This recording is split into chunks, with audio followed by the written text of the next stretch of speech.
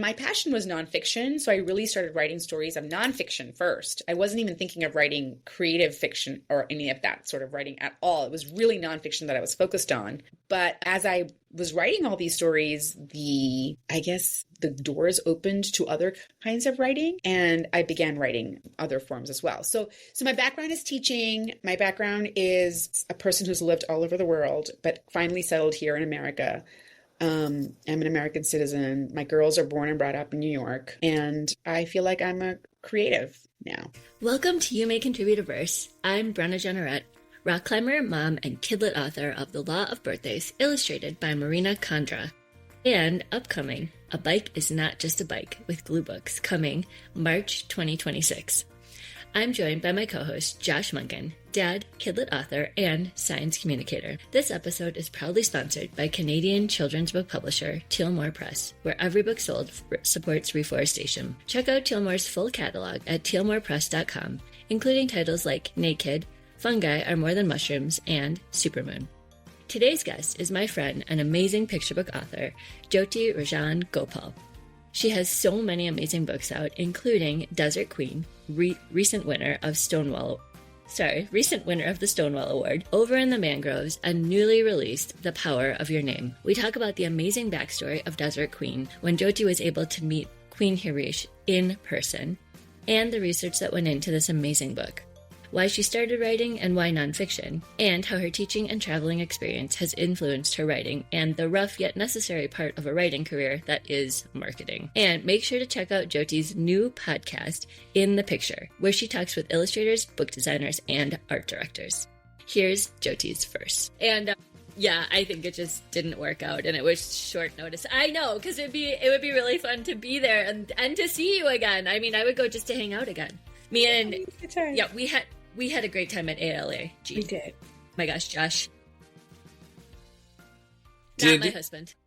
Did you know each other before ALA, or did you, like so many other people, be charmed, Jyoti, with Brenna's effusive energy? We actually knew each other through our marketing group. Yeah. Oh, your debut group. So that is how we met, air quotes here. But then we met in real life, and we just immediately clicked. Yeah. We had a great time. We talked for like 3 hours at dinner one night. It was amazing. I felt like the energy was like, I was like, we got each other's vibes like right away. It was really good. Yes.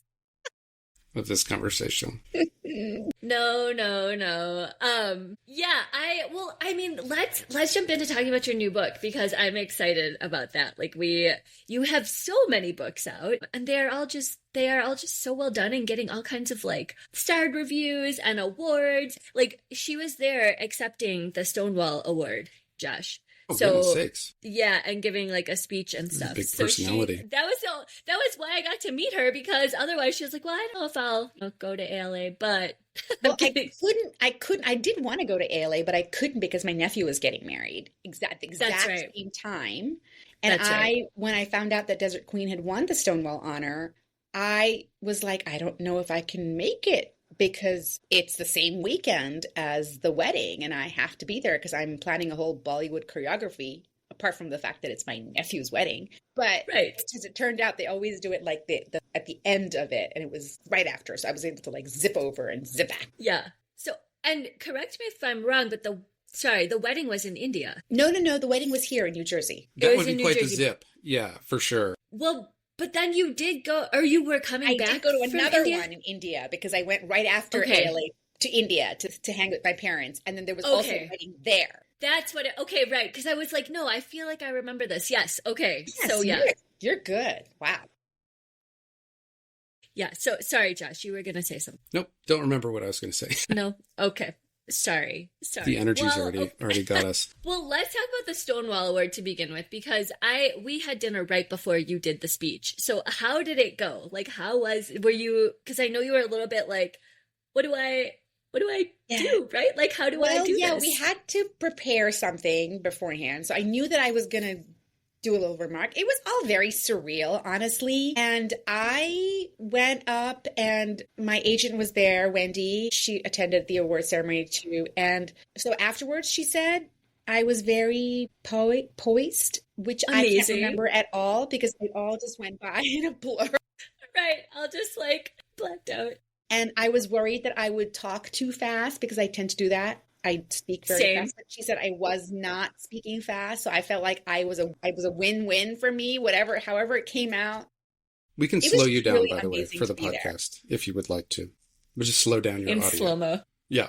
No. I mean, we could, but no. It was amazing. It was really a lovely time. And I met some wonderful creators with beautiful books. And then afterwards, we signed our books for people who had attended the ceremony, and we got to meet. So it was just really lovely. Yeah. That's amazing. And huge congratulations. Again, that's such a big deal. So explore more we're talking about, the running from the wedding to accept the award and give some remarks, but explore what, like, the lead up to that. What was that like? When did you know? How did you know? Is that something you submit for? Are you aiming for that? Great questions. I did not submit for it. I believe the publisher does. Back whenever they have to do it, I don't know what the lead time is. I only found out that it was going to happen. I was actually on my way to India sometime in January, or I forget the exact, yes, I think sometime around then, when they announced the awards. They were going to announce the awards at some ALA conference, and I got a text from Antonio at LQ as a very cryptic Levine Querido. At Levine Querido, who said, "Please stay by your phone for the next 24 hours." And I was like, "What?" Right, you're like, "That's sorry, rude." What? I'm like, I said, and I was actually at the airport on my way to India. So I texted back and said, "I'm actually going to be shutting off my phone. I'm getting on the plane in 45 minutes. And he was like, "Okay." And then I texted my agent, and I'm like, I got this very cryptic text from Antonio, and she's like, "Oh, it's award season. Maybe." Wink. And I'm like, "What?" Wink, stay tuned. Yeah. What? That's kind of how I discovered, but I didn't. And we didn't know what, because it was Antonia. I'm like, oh, it must be for Desert Queen, but I didn't have. And then, so that whole weekend I was in Delhi attending another wedding, actually. So many weddings. My family's getting married all over the place. And we were at a wedding spot where there was no Wi-Fi, y'all. So it was like very spotty Wi-Fi. And I kept waiting for like something to come, and nothing was coming through. And I finally texted my agent like on a Sunday from a Delhi hotel to say, I haven't heard anything. Maybe this is fake news. Right. I'm like, what? I don't know. So then finally I had to call the committee because the committee couldn't reach me. Oh, shoot. And you're like, "Hey, did I get an award?" And I got a text from Antonio to say, "Please call at this number when you have Wi-Fi." So that's what happened. And then that's when the committee sort of, as soon as I called, they were like, there was quite a few of them there, and they all were like, "Congratulations, the Desert Queen is getting the Stonewall Honor Award." And I was just like, and it was a day before the awards were announced. So you're told like literally just before the awards are announced. Wow. I'm glad that you didn't call and they didn't have to be like, "Actually, sorry," like you did. Right? I'm so glad it ended up this way. So stay by your phone so we can give you bad news. Yeah. Yeah, I mean, at this point I knew something was up, but I just didn't know what and, exactly what it was for. So, yeah. Are you an even keel person? Because that would have really activated my anxiety. Something, somebody was canceling my book or, without anything concrete to understand, I would have spiraled. I knew it was good news. I wasn't anxious about it in the terms of like bad news format, but I did wonder whether it was like real or not. So in that sense, I was like, what? Is this real? Yeah. I think in that way, I definitely was on tenterhooks all weekend for sure. For sure. Yeah. Very exciting though. Yeah. So exciting. Yeah. We need to backtrack though, for those who may not have been exposed to Desert Queen, and then just tell the full story of it. Can you take us through it? Sure. So it happened by pure chance that I met the Desert Queen, Harish Kumar, or Queen Harish. I was in India with my family. My parents actually had booked a whole tour of Rajasthan for us. My parents live in the south of India, and we visit them very regularly. They come here, we go there. And when we were there, they had planned this whole like road trip in Rajasthan, which is a northern state in India. And one of the places that we stopped at was in Jaisalmer, which is a smaller town, a fort town, which has a lot of history. It's right next to the Thar Desert. And we stayed in the desert in this beautiful kind of like resort tent, like outdoor glamping. It's like these glamorous tents. And amazing. In that that space, they have these, it was like the New York Times, so they have performances by local artisans, for around Rajasthani folk dance and music and whatnot. And we found out that Queen Harish was performing that night that we were there. And I hadn't really heard of Queen Harish, but we were like looking forward to it. And pretty much from the moment, there were a lot of people there, from the moment the performance started, I was just kind of blown away by her charisma and her charm and her humor. And for like the next 2 hours, we were basically like at the edge of our seats, like really enjoying the performance. And so that is where I, like right away, I was like, oh, I want to write a story about this person. She's fascinating. She's like so amazing. And she's got all of these people. And like, how did she get to this point? And I met her briefly afterwards. And we exchanged information, and we sort of went on with our trip. And the other thing that happened was that she really connected with my parents. Like she walked over to my parents, had a little conversation with them, found out that was my dad's 80th birthday year, invited them up on stage to dance with her. And then we went up on stage to dance with her. So the whole thing was like, she had like formed this like little, and it wasn't that she was only doing it with us. She was like really connecting with a lot of other people too, but it was like she just had so much charisma, and I just was like, I want to know more about this person. And that is kind of how that spark began. Yeah, but did you lead with, I want to write a book about you? I really did. I mean, I did say I loved your performance, and I would love to write your story. And she was like, amazing.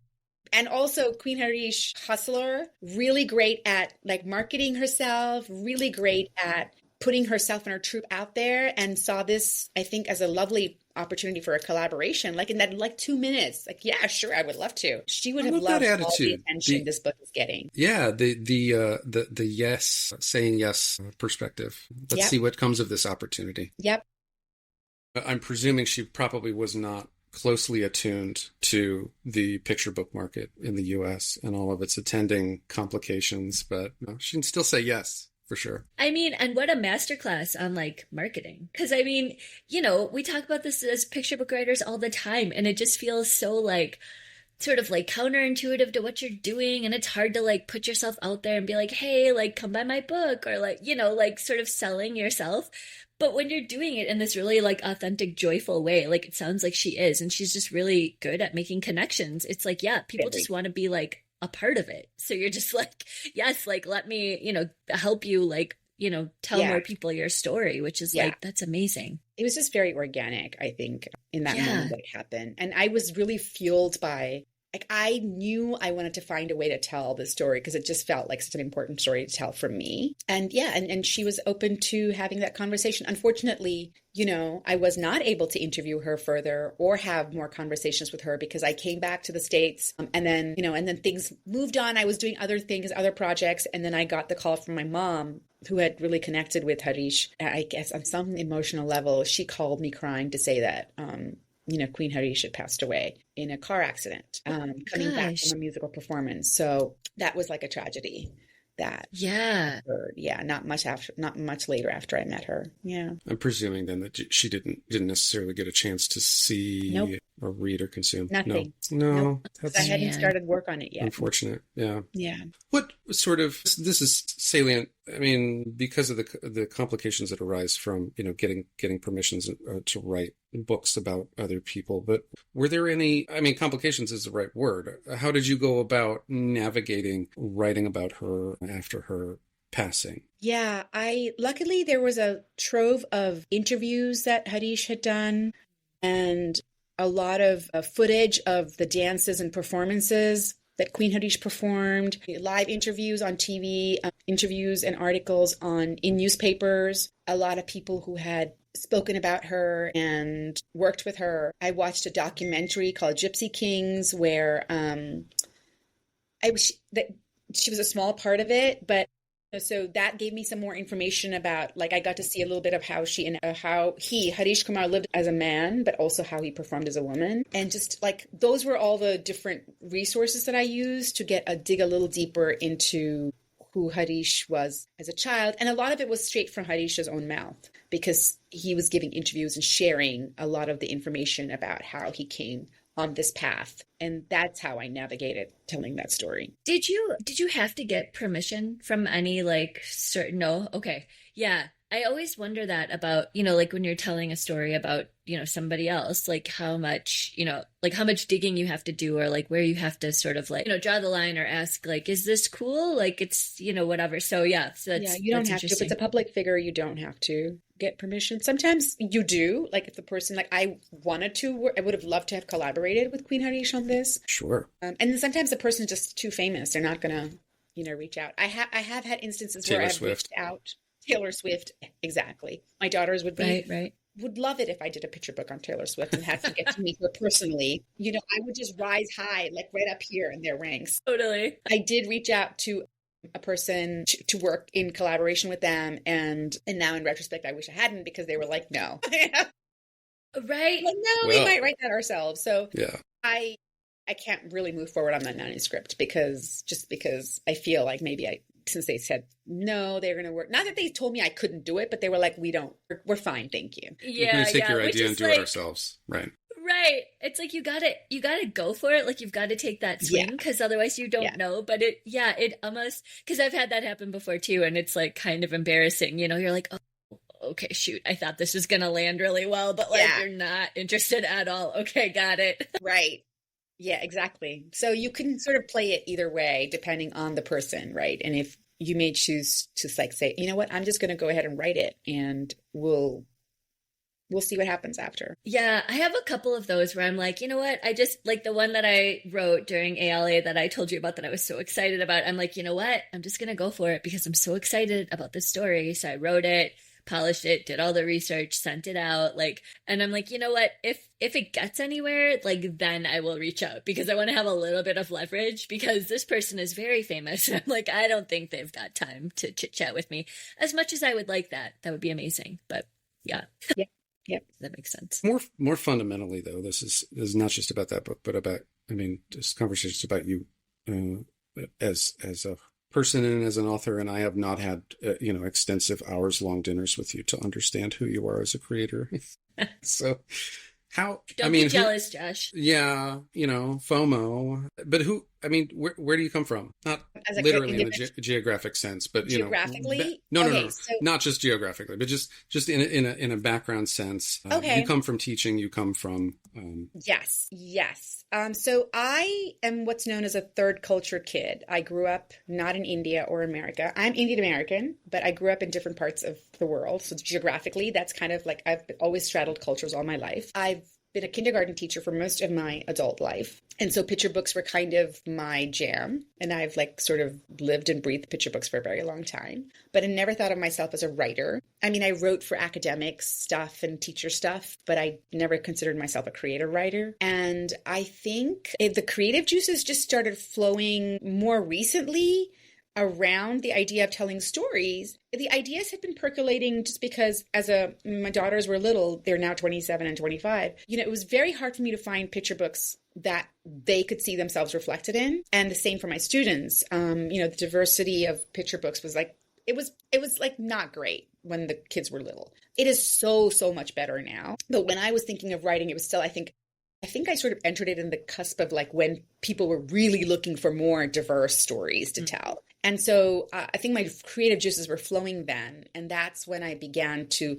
really think about like, what are the stories that I wanted to tell? And my passion was nonfiction. So I really started writing stories of nonfiction first. I wasn't even thinking of writing creative fiction or any of that sort of writing at all. It was really nonfiction that I was focused on. But as I was writing all these stories, the doors opened to other kinds of writing, and I began writing other forms as well. So my background is teaching. My background is a person who's lived all over the world, but finally settled here in America. I'm an American citizen. My girls are born and brought up in New York, and I feel like I'm a creative now. Does that answer your question, Josh? It does. Yes, it does. Where else have you lived? I've lived in Bangkok and Jakarta and Burma and China. Those were the countries that I lived in. And then I did go back to India for college. So I've also lived in India. And then America is the place I've lived the longest now. For sure. I can see the two of you have a lot in common. The energy, we do. The bouncing we around, have a lot to chat the about. life experiences. Yeah. So how long have you been writing picture books? I only started in 2018. Okay, yeah, so not that long. Not that long. I mean, I had written my first nonfiction manuscript I wrote when my daughter was in fourth grade. It was inspired by something she was doing. But I wrote that kind of like, I don't know anything about picture books. I wrote it. I thought it was important for that story to be out in the world, but I didn't know how to get into children's publishing. I had no notion. It all seemed very intimidating. Yeah. I was teaching. I had a full time. My kids were little. I didn't have time for it. So I just left it on the computer for a very, very long time. And then in 2018, I was like, okay, let me see where I can take the story. And that's when I seriously started diving into like SCBWI and 12 by 12 and writer groups and critique groups and figuring out what it means to like do that work, because it is a lot of work that you have to do, right, as a children's book author. It's not all like la-di-da, creating and writing, and then it's like, that's just not it. So there's so many things I discovered that I'm like, I had no idea. I'm like, oh, I'm going to sell my book, and now that publisher is going to buy all my books. Right. No, they're not. Right. You're going to buy almost none of them. No, they're not. Exactly. Oh, I'm going to get an agent and then there'll be no more waiting. No, that's not true. It's just different. Right. waiting. Or like no more rejections. Yeah. Now I'm in, right? I've got totally. Wait, I've got a book deal. My book is out in the world. Ka-ching, ka-ching, ka-ching. No, not true. Right. My God. So many like misnomers. Don't quit your day job. Wait. Yeah.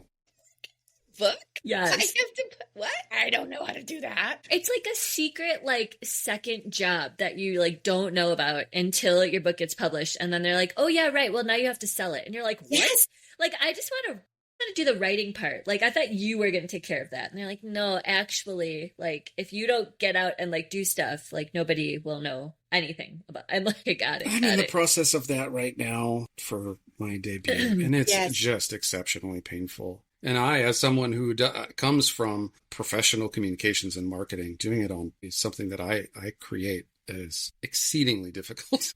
That's hard to hear because you're in the business, and it's like, yeah, I completely concur. I'm not in the business, and I'm just like, so much of a learning curve. And yet even then you're like, is it making a difference? Am I, I guess you just have to do it slow and steady. Like go back to the why of why you wrote the picture book in the first place. How, what was that reason that made you want to put those words on the paper? Why is it important for you to have this story out there for those readers, right? And I try to think of that one reader and try not to worry about like the bigger picture of sales, and just think about like, all right, I've been to this place, I've read my book, and like 5 kids wanted to take it home with them. And yay, win, right? And they're going to have that book. So but it's I didn't realize all of that. So there's like a huge learning curve, Yeah, so much. Like just like the reaching out to like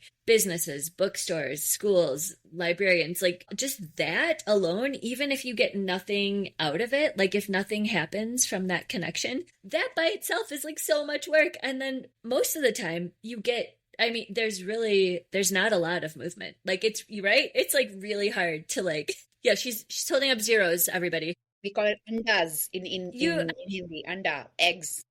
You get anda.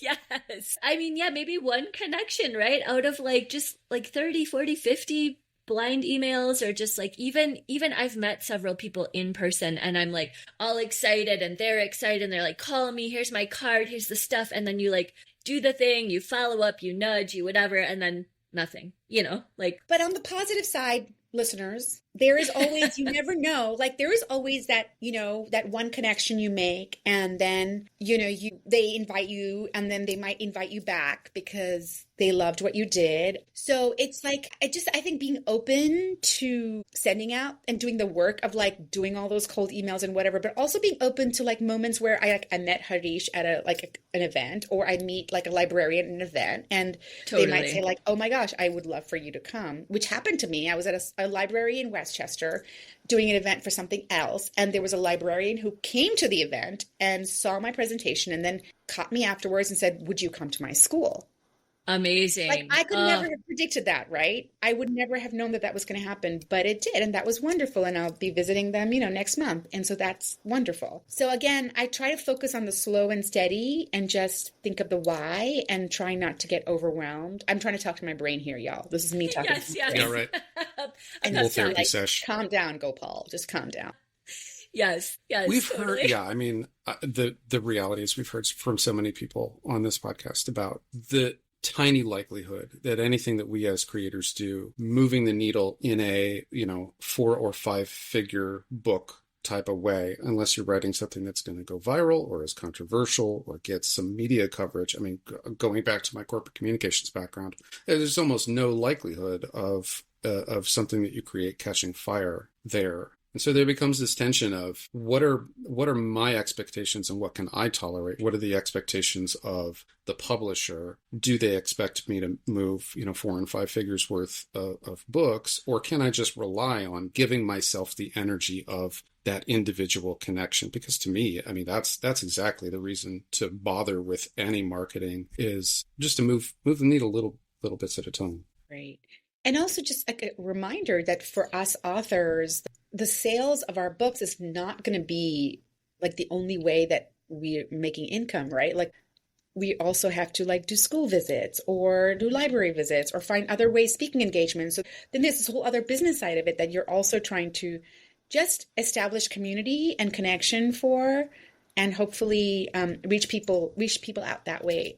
Because, that's what we have to do as authors. Yeah, which that's something I'm just like getting the hang of. I'm like, oh, right, school visits. That's like a whole nother income stream. And it's, it's so fun to see your book sort of be connected with like live, because these kids are like interacting with it like in real time, and you get to see that, which is so cool. This last school visit that I did, it was so sweet. So apparently I have a friend who works at the school, which is how I got the visit. And she texted me afterwards and said that one little kid came up to her. This is my favorite quote of the day. They were like, "That was the author? I thought that was the king." Isn't that amazing? And they whispered it like it was very like... That's hilarious. I do love that moment when even the kids are like making that connection where they're like, they see you, they see your book, and they think, wait, you're right? Like you did that?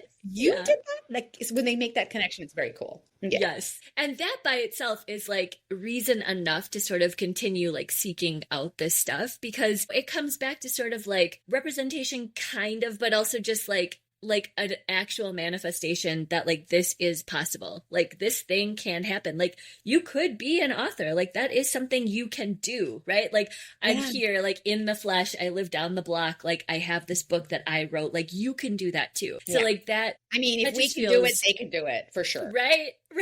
That just feels very important, to sort of show up for kids who, otherwise wouldn't think that was possible. So as long as they work on, in equal measure, their writing skills and their resilience and patience.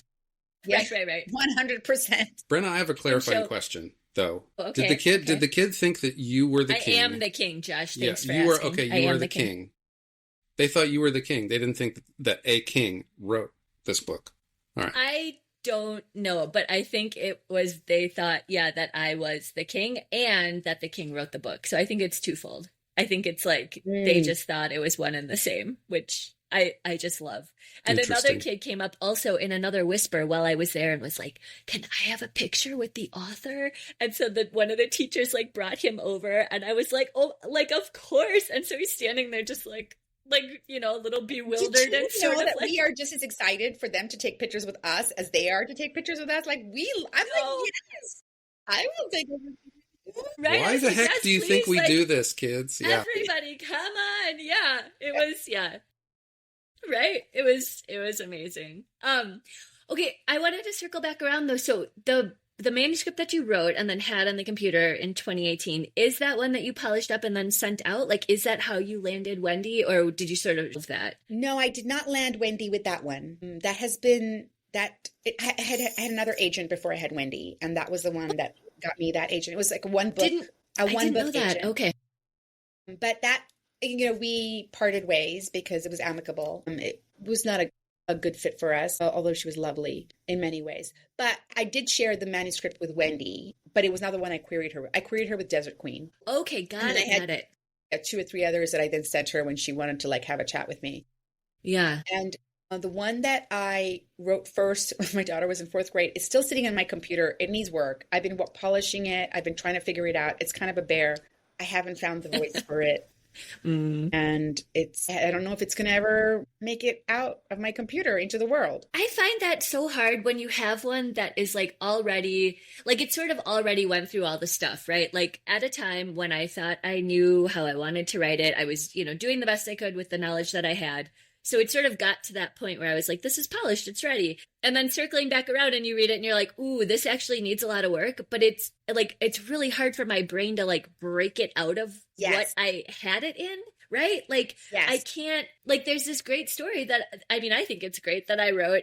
It's a rhyming picture book though, which I'm terrible at rhymes. So it should not have been a rhymer, but it is. And I just like can't break it out of that into prose. Like I love the idea, but I can't sort of like get my brain to switch. So like that's one that I'm just like, I don't know if it'll ever get to the point where I can like, show it to the light of day. Take it out of the old structure and find something new for it. Yes. Right. And sort of so stuck. It's interesting to me that there are some stories that I have a harder time with doing that, where it's harder for me to break it out of the structure. Whereas some others, maybe I don't feel as like attached to the structure for some reason. Yeah. And I don't know what the cause for that is, but I'm definitely struggling with this one in terms of finding the right voice for it. Yeah. So I just shelved it for now and I'm working on other projects. If it doesn't work with the first format that you write it in, this is my perspective, bury it and let it become fertilizer for something else. It's incredible. Yeah, you have to I guess you have to be able to let it go. It's time for this week's book reviews. Josh's review for this week is Kafka and the Doll, written by Larissa Theule and Rebecca Green. This is a fascinating book because it's not as though it feels any sense of responsibility to explain who Franz Kafka is. You can either infer or not care. And that's critical to this book because the young girl character doesn't care who he is, only that he keeps delivering letters from her long-lost traveling dolly.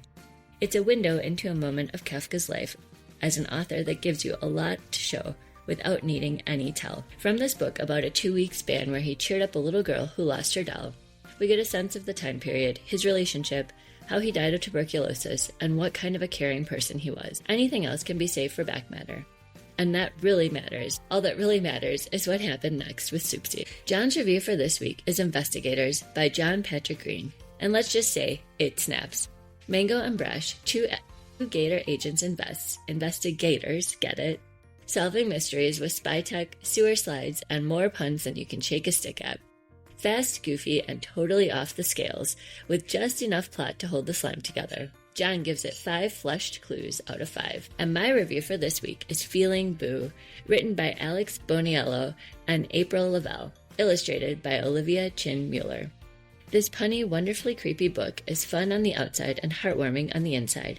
At its core, it's a story about friendship and the importance of sitting with big feelings. Don't forget to get your own reviews and library requests in. It's the #1 way to help an author's sales. And if you want to support the pod, make sure to check out our Linktree at linktree/verseshow to give a community shout out, buy some merch, or become a Patreon. And now, back to our show. Yeah. Which is sometimes just so hard. Sometimes so hard. So I will say that there's a manuscript that I just sold that, again, I had written around the same time frame, I wrote it around 2018 when I was still working on my nonfiction. And so it only found its voice this past year. And I finally got it in a place where I was like, oh my gosh, I love this structure. So it is possible. And I did sell it. Amazing. It hasn't been announced yet, but I did sell it. And so that was like a huge breakthrough. So that was I don't know, 6 years? Yeah, right? Like sometimes it just has to sit there for I would periodically go back to it and work on it and periodically try to do stuff. And then it wasn't until I found the correct structure, I think last year, like the end of last year, that I discovered, I was like, this is what I need to do. Yeah. So I think that'll happen with, who knows? But anyway, it can happen, y'all. 6 years, I made it and I sold it as an exclusive. So it was great. Amazing. Wow. That gives me hope. Yeah. Don't put them in the coffin and bury them and let them Correct. decompose. All right. The perspective I bring is I love the work that I produce, and this isn't about me, but it is about me in contrast to the way that you think about your work and sticking with things. Me and my role in corporate communications is very sort of dispassionate and disconnected from the work, and there are so many people involved in any given thing that gets written. I mean, for us eventually, but also, more importantly for my day job, that it just doesn't pay to get too invested in any one thing that could get killed by any number of, review rounds or whatever. But, I mean, I think that's also true. Josh, I think that's like a really great training for like recognizing when something that you're writing needs to be like, kill your darlings, right? It's like the kill your darlings thing. It's like when you have to be like, this is really not working, and I'm just going to like leave it in that folder forever and ever. And whatever. So I think that when you can recognize that, that's a gift too, frankly. And you can be dispassionate about it. That's like amazing. Because then I think you're really looking at it as in terms of work. Like, this is my work. And this particular piece that I've produced is not up to like what I need. Boom, out of the way. Yeah, right. It helps to focus. I'm trying to do a better job of referencing other conversations that we've had. And there's one thing about retooling work that puts me in mind of, you were talking about 12 by 12, puts me in mind of our Julie Headland conversation, where she had retooled her Julie Andrews book, whatever, 4 different times before it finally took hold. Yes. And that's dedication. And I can compare and contrast that. And this is all ultimately a find your best way of working point to make here, but I compare and contrast that with our first conversation we had with Justin Colon, where even if something doesn't take off, even if you bury it and it becomes fertilizer, you're learning through the process of creating, despite an audience of one, or despite an audience of lots. This is so true. This is so true. Like, knowing that even if it's not working, somehow you've learned in the process of creating that piece, and that it's going to contribute towards your writing skills or your writing growth, I think is a great way to look at it. Yeah. It's like such an adult perspective, guys. That is very like high level. Because I feel like so often I write something and I want to have like a tantrum about the fact that it's like not going anywhere. Because I'm like, no, I love this. Like, why doesn't anybody else love this? I feel that 100%. Like, you and I both have bike specific manuscripts that are do. Both amazing, if I do say so myself. Yes. And they have gone nowhere. And we're both like, why not? So in that regard, I just want to like... They're eerily similar, Josh, which is kind of like, that's the other reason why we're like mind melting. Yes. They're so similar. Why hasn't anyone bought these? They're literally about vehicles. They should be going somewhere by definition. Anyway. They're both amazing. Anyways, look out for our bike anthology coming soon, because we can collaborate and they will get published somewhere, because I love that. What are you holding up? I bought this. We were in Greece last summer and I happened to see this in this little store, and I was like, I must have this because I am manifesting. Yes. It's a very adorable, for the listening non-viewing audience, is a very adorable little card with a bike on it, a painterly bike. Yes. A very like joyful, bright bike. So I love that. Yeah. Anyways, real quick, can we circle back? So for anybody who is listening that doesn't understand what an exclusive is, will you just break down really quick what that means? And why we should be jealous of you about an exclusive? Well, an exclusive is it's like a fancy word for like just you sending it to one publisher for a certain amount of time, and they get to see it for a certain amount of time, and then nobody else gets to see it. And if they choose to take it, then that's it. It's theirs. But if they choose after the time to pass, then we'll submit it wide to a broader range of publishers. And because I now have so many publishers, like that's one of the things that we really try to do is if we think the manuscript is a fit, we really think about who of my publishers that I'm already working with, this manuscript would be a good fit for. And we offer them an exclusive. So that's how that happens then. Like you sort of like I work with Wendy, my agent, to figure out if that's like which manuscript. So you're offering the exclusive. It's not the other way around. You're sort of like, hey, I've got this thing I think would be a great fit. I'm willing to let you see it for X amount of time. Okay. Yeah. Correct. Versus and then just that clarifying. Yeah, that's different from like a preempt where like the publisher might say to you, we love this story so much, we're going to offer you this. Please take it before, so that you don't offer it to anybody else. Like you may have offered it to other people, but we want it. Yeah, right. So take it off the table for everyone else. Yeah. It's ours. Okay. Yeah, that's a good distinction to understand. I mean, those are both amazing scenarios, neither of which I've come across. Those are both amazing. And then there's the auction, right? The auction is where you've sent it wide and then more than one publisher wants it, which is always lovely. And then you get to pick which publisher. I feel like that would be great for my self-esteem. I know, right? You'd be like... for everyone's self-esteem. Yeah. I'm the king! That's right. How many... So less seriouser question. How many books do you have out now? My 6th book is coming out in December. So in just a few weeks, Love Is Here With You is coming out December 3rd. So and that is my 6th. Actually, yeah, just a couple of weeks from the time of recording, several months ago, by time of airing. So congratulations in advance on your wild success. Thank you. Did you, in what ways did you expect, or did you expect that your career over the last, roughly 6-7 years would take this form? What ideas did you have that were disabused through your educational process, through working with Wendy? Well, first of all, I had no idea. So my first book came out in 2022. That was my first picture book that came out. I signed with Wendy in end of 2019. 6 books in 2 years. And hold on, what book came out in 2022? I'm just trying to put together a timeline. American Desi was my first one that came out in June. Okay. And then My Pati Saris came out with Kokila came out in November of 2022. Okay, wow. Okay, yeah. And then Desert Queen came out in 2023. Which is so interesting because I'm just putting together the timeline because Desert Queen was what you got Wendy with. That's how you signed, but that was the 3rd book to come out. I'm just the first book tracking. We sent out. Yeah. Okay, it's not the first one you sent out. Okay, got it. Book we sent out. She wanted to do a little tweaking with it, not a lot. Okay. That's why. Okay.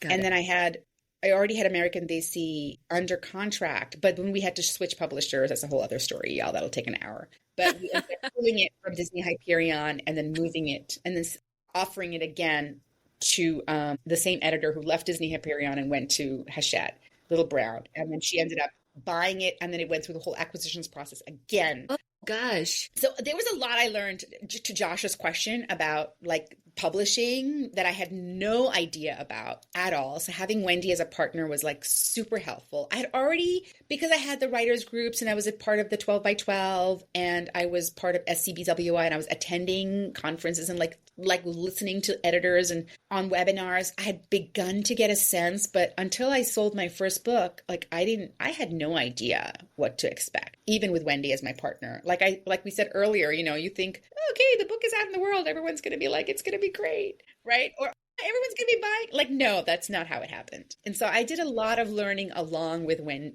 Wendy was guiding me and helping me to like calm down. Picture books have a long tail. It's a slow and steady sales is what is like important. I mean, there are some people who like sell out and they have a first printing done and they're like in their second printing. And she's like, don't relax. We're just going to keep writing books and we're just going to keep selling books and it's going to be a long. Don't panic. Don't panic. Yes. Don't panic. Yeah.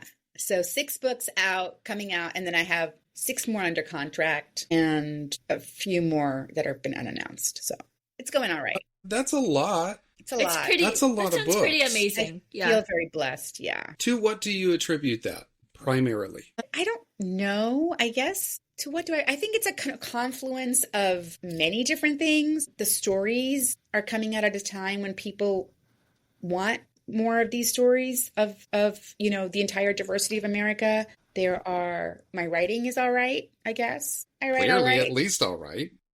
My agent is my champion and knows where to send the manuscripts to, and we find the right editors for them. The editors are open to the way I write, I guess. So, I mean, I think it's a lot of different things that I'm feeling very lucky and blessed. So I think it was a confluence of all of these things. I was also very prolific during this 2018 to 2020. Like I was churning out, I was writing a lot of stories. I'm not as prolific now. I think also because I'm like kind of dealing with marketing and like all the stuff that you have to do, as an author. And that cuts into writing time and also the creative mindset. So I had a lot of stories that Wendy was like, these are ready. Let's go. Let's put them out there. So I think that's kind of, it all What together. her approach. Clearly she has significant, great editor relationships just based on the fact that she sold what now, at least 12 of your She sold 12 of my books, correct. What is her approach to placing them? She has a feel for where they will fit best with specific editors. Right. It seems like, leveraging a lot of experience to put your work in the right hands. That is 100% true. I think she leverages what she knows about editors and what kind of stories they're looking for. I think she keeps her ears close to the ground in terms of like what they may be looking for now versus what they might have been looking for before. I think she's developed good relationships with them. So they know that when they get a manuscript from her, it's potentially going to wait. Not that they don't reject. We've got plenty of rejection. So she sends it to them people and they're like, no, thank you. Not for me, not for me, not for me. So that happens. But I think she just, she's just been great about like making the list. We usually do, more like we'll do the first round. And then if we need to, we'll go to a second round. And then she like curates the editors and always runs the list by me and asks me what I think. And then always like if I have heard of an editor that I think might be a good fit for the manuscript, she'll add that editor on. So like we have a good working relationship around that. Is this where we learned though? Yeah.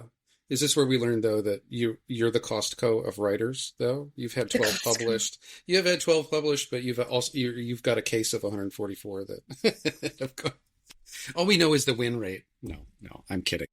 Yeah, I'm not a Costco of writers. I feel like I don't know where the ideas come from. Sometimes they come from just a title that pops into my head and then the story comes from there. And other times I have an idea and it literally goes nowhere. It'll just sit and nothing will come of it. Nothing will come of it. I have like a whole file of like story ideas and I'm like, well, that's going nowhere. That's going nowhere. So yeah.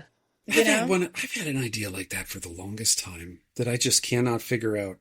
I think I've only once put things to paper. Like you get really excited and you're just like, it's so frustrating, right? Right. Because you're like, I see where like this could be. And then you're just like, you sit down and the page is just blank and it just stays that way. Like nothing comes out. That's like really annoying.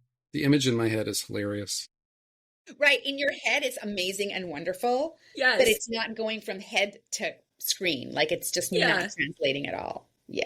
I had one more question about how Wendy subs things. Does she sub more than one at a time, or are you guys pretty specific about like, look, let's see how this one does, and then then we'll sub something else, or like? Yeah, if we're doing a wide submission, she'll only do one wide submission at a time. But because now we're also doing exclusives, we might be doing a round of a wide submission for one manuscript, but also exclusively submitting one or two others to very specific editors. Because those are not going wide. And that feels like a growth and evolution thing based on existing relationships, how she knows people, how tastes change, and how you and also because of our relationship with them already, because they already have my books. They may have a book or two that they've bought from me. So then it's like, hey, let's send you this one too. Yeah. That makes sense. Yeah. And she'll give them a shorter window of time. Like it's no longer like a 2 month. It's like maybe 3 weeks or so. Which is, that's really nice for just mentally speaking. Yes. You know what I mean? Like, you'll know, okay, I'll give you 3 weeks and then we'll hear something. Because more than likely, you're not going to get ghosted on an exclusive with an editor that like you and your agent have worked with. Like, is that not true? Do you sometimes get... editors are incredibly busy and they have, I'm sure, a gajillion mail in their inboxes. And so we just assume that if we don't hear back from them, that it's like going to be a no. Like there's only so much nudging one can do. And then you just move on. So we don't always necessarily hear back. Okay, that's a surprise / interesting. It's mostly that makes sense. We do. Mostly we do. Yay or nay, but I think not always. It depends, right? Yeah, just don't always. I do think like the publishing industry needs to figure out, like, I don't know, something time management. Get your stuff together. Staff, because editors have so much things they need to do. I can understand why they're like they have so much they have to do. Same. I'm like, you guys everybody across the board needs an assistant or like like extra editor, or just like exactly. Like come on, like let's make this like sustainable, like hire more people, like get money the at them and give them some more staff and then they can be more efficient. Yeah. Exactly. Yeah. We still haven't dug into your book that's coming, Love Is Here With You. Like, we've talked this whole time, so let's hear all about it. I reread it again this morning just to sort of acclimate, and it's so beautiful and so lovely and so sort of like dreamy, which it feels like exactly what you were going for, especially paired with those illustrations. It's right there behind your head. Book. It's been there this whole time. Yeah, so Lullaby, Love Is Here With You, a Lullaby of Blessings. It's inspired by this Malayalam lullaby. Malayalam is one of the languages of South India that my mom used to sing to me and my brother when we were little, and then that I sang to my daughters when they were little. And that lullaby has this really beautiful cadence and rhythm, and the words convey such a sense of like love from the parents to the child. And I would remember that feeling of like singing to my daughters, like either like as I was rocking them to sleep, or with my older one, I actually did have that cloth cradle that is depicted in the book that my dad hooked it up for me in our apartment in Riverdale. Oh. That I had for our older daughter, and I would put her in it and I would like rock it and sing the song to her. And so I remember that feeling of like that intense feeling of like love and protection, and that sense of like what is possible, for this child. And that's kind of what I wanted to create in the book. And then I also wanted to share a little bit of just like my Indian American Hindu culture in that book, because the lullaby is evoking the gods and goddesses of the Hindu pantheon to protect the child and also bestow the child with some of the qualities of these Hindu gods and goddesses. And that was something that, because it was such an important part of my childhood growing up with devotionals, and not that I'm a religious person, but like Carnatic music, which is the other layer that I wanted to add onto this book, is such a huge part of my life growing up and my daughter's life growing up too, that I wanted to include that in. And so having the gods and goddesses there was like sort of a nod to the Carnatic classical devotional songs that they also had during their bedtime routines, and that I loved as well. So yeah, I was trying to include all of that in this lullaby book. And Nabi just took it, Nabi Ali, the illustrator, took it to like a whole other level with the illustrations that he created. Yeah. Yeah. Very dreamlike. Like they're like perfectly paired with the way that it sort of like just sort of flows and like is very gentle and calming, comforting. Yeah. Yeah. Yay. Yes. That's what we're going for. Yeah. No, it's beautiful. Yeah. Just a great get the heck to sleep book. We'll have to try it at our bedtimes. Get the heck to sleep. Before we move out of picture books altogether in our house. That baby is so adorable too. Yeah. Yeah. Were you involved at all not involved is not the right word, because we don't have any say over the illustrations most of the time. But did you get sneak peeks, consultation? Oh, yeah. And I totally have. I have a say in all of my illustrations for all of my books, Josh. You do? Very cool. Do.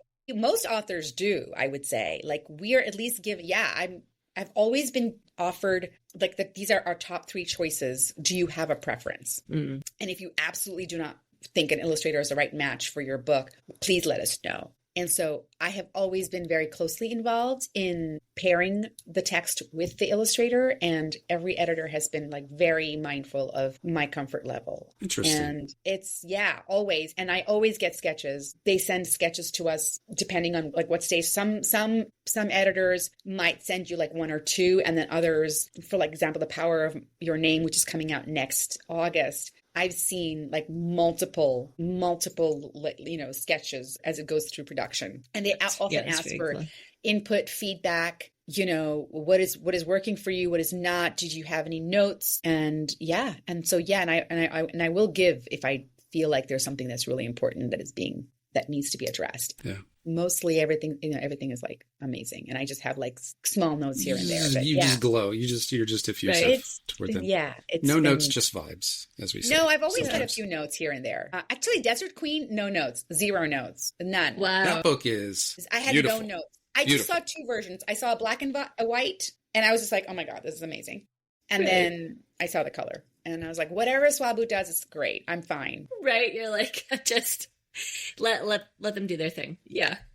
There's so much going on in Desert Queen. I cannot even imagine black and white illustrations. Yeah, very that's involved. how they came out first. And for Love Is Here With You, Nabi sent us actually sketches for the family first. So he sketched out what the family would look like and had some thoughts. And the art director had like notes about you know, they had notes for Nabi about like the way the baby looked and all of that. But I was like, I love the fact that there was grandma, grandpa, and mom and dad, and then baby, because that was kind of like what it was like here for me with my daughter when she was first born. My parents came to help out. Yeah. So it was like a lot of fun to see the evolution. Yeah, that multi-generational layer I feel like is really important for a book like this, right? Because that is kind of how it was sort of built, like the structure of it. Yeah. Right? And like, I had no art notes for that. Like I didn't have art notes except to, you know, specify which God I was talking about in the verse. I had no art notes. And I was so happy that Nabi made it a multi-generational family. Like it was perfect. Yeah, that's amazing. I mean, and we talk so often about art notes on the show too, like whether to put them in or not to put them in, or then there's, special cases where it's like, we don't understand what you're saying. And so you go back and you put in like a ton of art notes and then the manuscript sells and you're like, oh, okay, well, in that case, they needed them. In this case, it's like, no, the illustrator was just amazing and like right on it and just was like, oh yeah, duh, this needs, multi-generations. Exactly. So, and also, and Nabi also is from South India. And was very familiar with all the, the Hindu gods and goddesses, and was like very familiar with the iconography and all of the different things that make those deities so special. So that added another beautiful layer.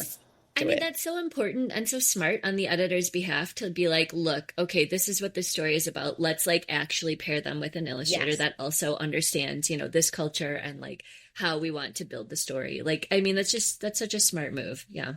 It makes a lot of sense because it made the book, it's beautiful. Yeah. Thank you. Yeah. Given our massive lead time before these episodes release, let's make sure and talk about The Power of Your Name, which comes out next August. Not to say that this is going to publish, in August, but it'll be much closer to that publication date by the time of people hear this. Okay. Well, then I should share that I have 2 books coming out in 2025. I have 2 books coming out. Of course. I have a nonfiction book called Over in the Mangroves, published by Scholastic, coming out July 15th or 16th. And then The Power of Your Name coming out, published by Union Square Books, coming out in August 20th. Amazing.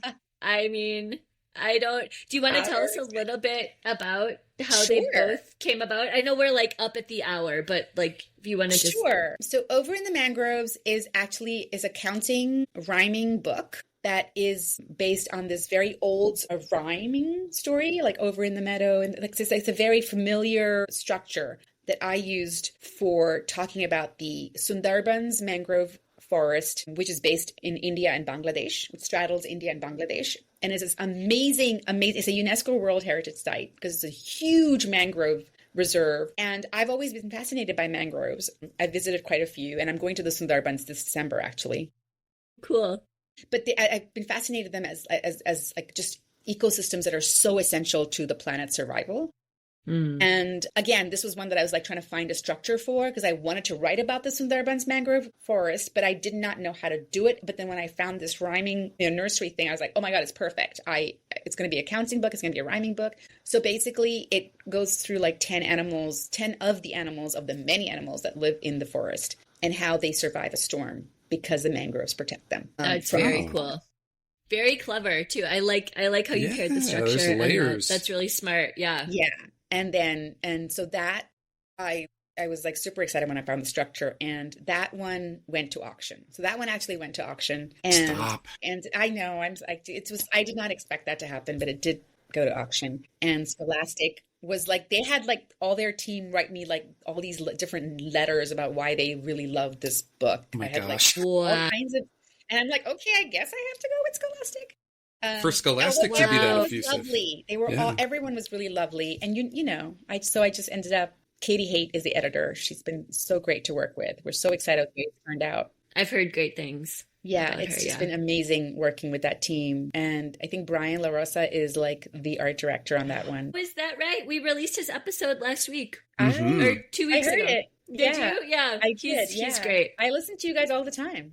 Oh my gosh, stop. You're so I love sweet. the conversations. Oh my gosh, yes. I listened to Maria's also. It was great. Yes, she's amazing. I was referencing that she went back, put in all the art notes, and then the manuscript sold. And I'm like, oh my God, that's an incredible story. Right? I know, so fascinating. Just so fascinating. So that's been a really exciting project. And then The Power of Your Name, that one, I'm like, it came out it came out one way, and I have to totally credit Esther Cajahoringa, who was at Union Square Books at the time. She got it as an exclusive because she was the one who had bought American Daisy when she was at Hachette. She and I had a Zoom. She's like, I want to talk with you about this book. And so we had a Zoom, and she transformed that book for me because it was written in a particular style that she really loved it. And she's like, okay, let's talk through what I'm hearing and I want you to go with this, because I'm seeing so many possibilities. And then just in that process of that conversation and talking with her about what she was looking for and how she heard my voice in this manuscript,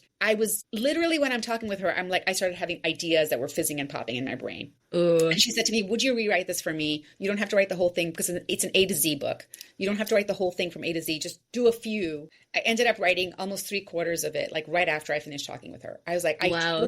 I'm like inspired by her, and I just went, and that's amazing. And it came out in the version that is now coming out in August. And I am so proud of it. And thanks to her. Power of collaboration too. Totally. That was amazing. With the right thought partner. Yeah, she's no longer with Union Square. She moved to Knopf. But Emily Duffy took over and has been, sort of like shepherding it since then. I've heard great things about Emily Duffy too. Yeah.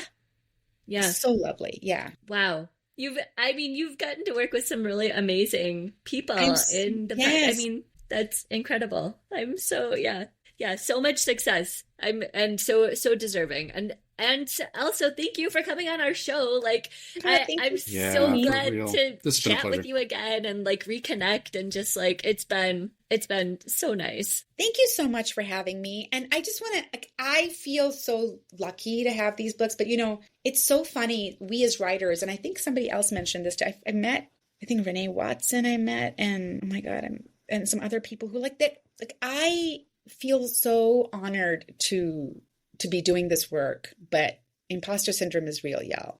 And people are gonna be like, oh my God, why are you saying that? But it's like it's like you're constantly second guessing yourself, and you are trying to continue to do the work that you think is so important for kids. Totally.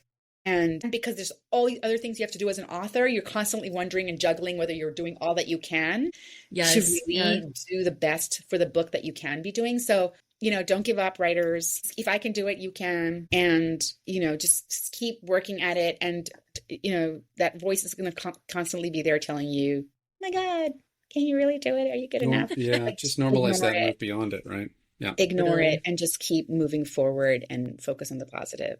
Yeah. Yeah. No, those are great, like, parting words of wisdom, especially like, you are obviously very successful, and to hear that you also, still have imposter syndrome. I feel like it makes the rest of us feel like, oh, okay, like, it's okay. Like, I can have it too. Like, I'll be okay. Like, yes, 100%. I believe in all of you. If I can do it, you can do it.